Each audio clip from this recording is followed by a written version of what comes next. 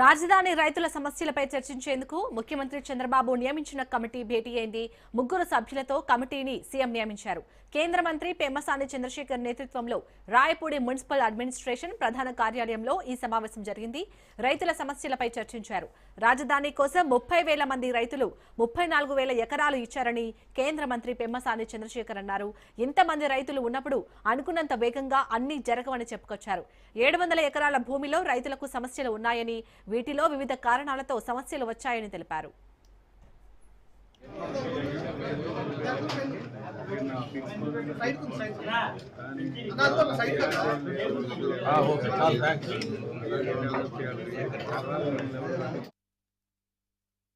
ఈ 33,000 మంది 4,000 ఎకరాలు 30,000 మంది రైతులు ఉన్నప్పుడు అనుకున్నంత అన్ని ఒక్కసారిగా అన్ని కూడా జరగవు. దీనికి తోడు మధ్యలో 5 సంవత్సరాలు గవర్నమెంట్ మారటం, వాళ్ళు కొత్త రకాల జీవోలు దీన్ని అడ్డుకోవడంలో తీసుకొచ్చినటువంటి కాంప్లికేషన్స్, వీటన్నిటి వల్ల కొన్ని ఇబ్బందులు జరిగినాయి. అయితే మీరు గుర్తుపెట్టుకోవాల్సింది 34,900 ఎకరాలు ల్యాండ్ ఉంటే దాంట్లో 34,192 ఎకరాలకి ఆల్రెడీ మొత్తం ఇచ్చేసాం. ఓన్లీ పెండింగ్ ఉన్నది 700 ఎకరాలు. అంటే ఓన్లీ 700 ఎకరాలు అంటే చూడండి 34,000లో ఎంత పర్సెంట్, మినిమల్ ఎక్స్టెంట్. ఇందులో 5-6 రకాల కారణాలు ఉన్నాయి ఎందుకు చేయలేకపోయాం అనేది.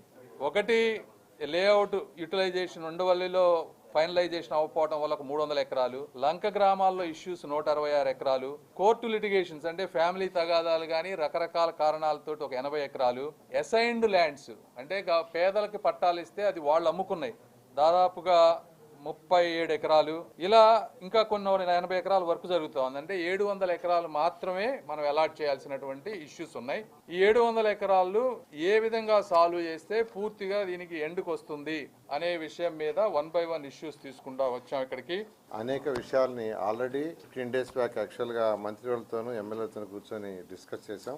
దాని మీద అంత డేటాను వీటిలన్నిటి కూడా చాలా డీటెయిల్గా యాక్చువల్గా ఇప్పుడు మంత్రి గారు వివరించారు.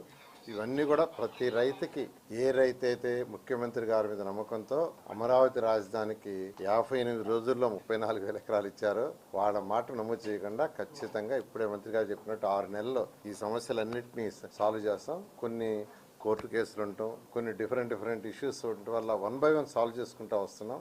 ఏదో రోజు కూడా రిజిస్ట్రేషన్ జరుగుతున్నాయి. ప్లాట్ల అలాట్మెంట్ కూడా యాక్చువల్గా ప్రాసెస్ స్టార్ట్ చేశారు. 719 ఎకరాలకి ఇంకా ఇవ్వాలి. అందులో కూడా ఉండవల్లి లేఅవుట్ వేశారు. దానికి ఐ థింక్ 27వ తేదీకి టైం అయిపోతుంది. ఇది ఆ లేఅవుట్ యొక్క అబ్జెక్షన్స్ తీసుకోవడానికి. అది అయిపోతానే ఇమీడియట్గా ఆ లేఅవుట్లో ప్లాట్లు అలాట్ చేస్తే ఆ 719 ఎకరాల్లో 300